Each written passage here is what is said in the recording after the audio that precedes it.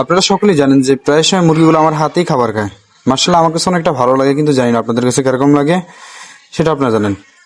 আসসালামু আলাইকুম ও রহমতুল্লাহি ও বারাকাতুহু। আশা করি সকলে ভালো আছেন। আলহামদুলিল্লাহ, আল্লাহর রহমতে আমি অনেকটা ভালো আছি।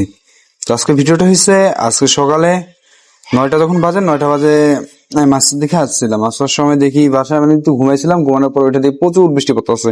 বৃষ্টি পড়তেছে কেন, আমি কি করবো এখন, আর আমি তো কোনো কিছু করতে পারবো না, মুরগিকে খাবারও দিতে পারবো না। তো মা একটু বৃষ্টি খরা দিয়েছে মতন, মা মুরগিকে খাবার দিয়েছে। খাওয়া দাওয়ার পরে আমি 12টা বাজে ঘুম থেকে উঠছিলাম।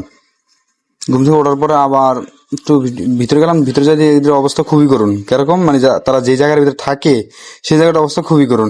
আর দেখেন এই যে আমার দুটো কিন্তু চীনা হাঁস আছে, নতুন আবার দুটো চীনা হাঁস ছিলাম, চীনা হাঁসগুলো আছে।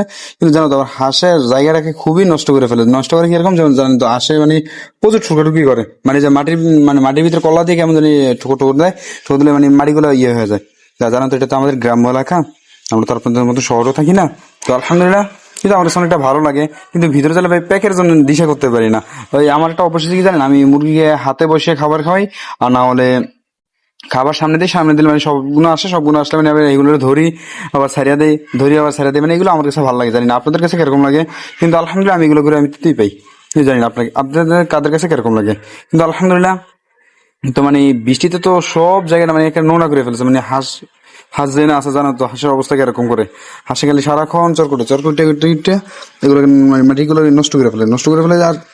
আর জানো তো আমি প্রায় সময় মুরগি হাতে খাবার খাওয়াই। হাতে খাবার খাওয়ালে আমার কাছে একটা তৃপ্তি মনে হয়, কিন্তু জানি না আপনাদের কাছে কার কাছে কিরকম লাগে, কিন্তু আমার কাছে এটা অনেকটা ভালো লাগে। কিন্তু এটা আমার কাছে একটা ভালো লাগার কারণ আমি সবসময় মানে যখনই বাসায় ফ্রি থাকি তখনই আমি দুটো হাতে ব্রয়লার নেই বা দুটো ভাত নিয়ে যাই, এগুলো সামনে ধরলে মানে এগুলো আমার হাতকে মানে প্রচুর পরিমাণে ঠুকায়। এমনকি মাঝে মাঝে আমার গায়ে উঠে পড়ে, এগুলো আমার কাছে অনেকটা ভালো লাগে। কিন্তু দেখেন মাঝে মাঝে আমি যে মুরগিগুলো হাতে ধরি, মানে সাদা মুরগিগুলো আমার কাছে অনেকটা ভালো লাগে। মা তো সকল মুরগি হাঁসকে খাবার দিচ্ছে, তো এখন আর আমি কি করবো। তো সকলে ভালো থাকেন, দোয়া করেন। আবার নেক্সট ভিডিওতে আপনাদের সাথে সাক্ষাৎ হবে।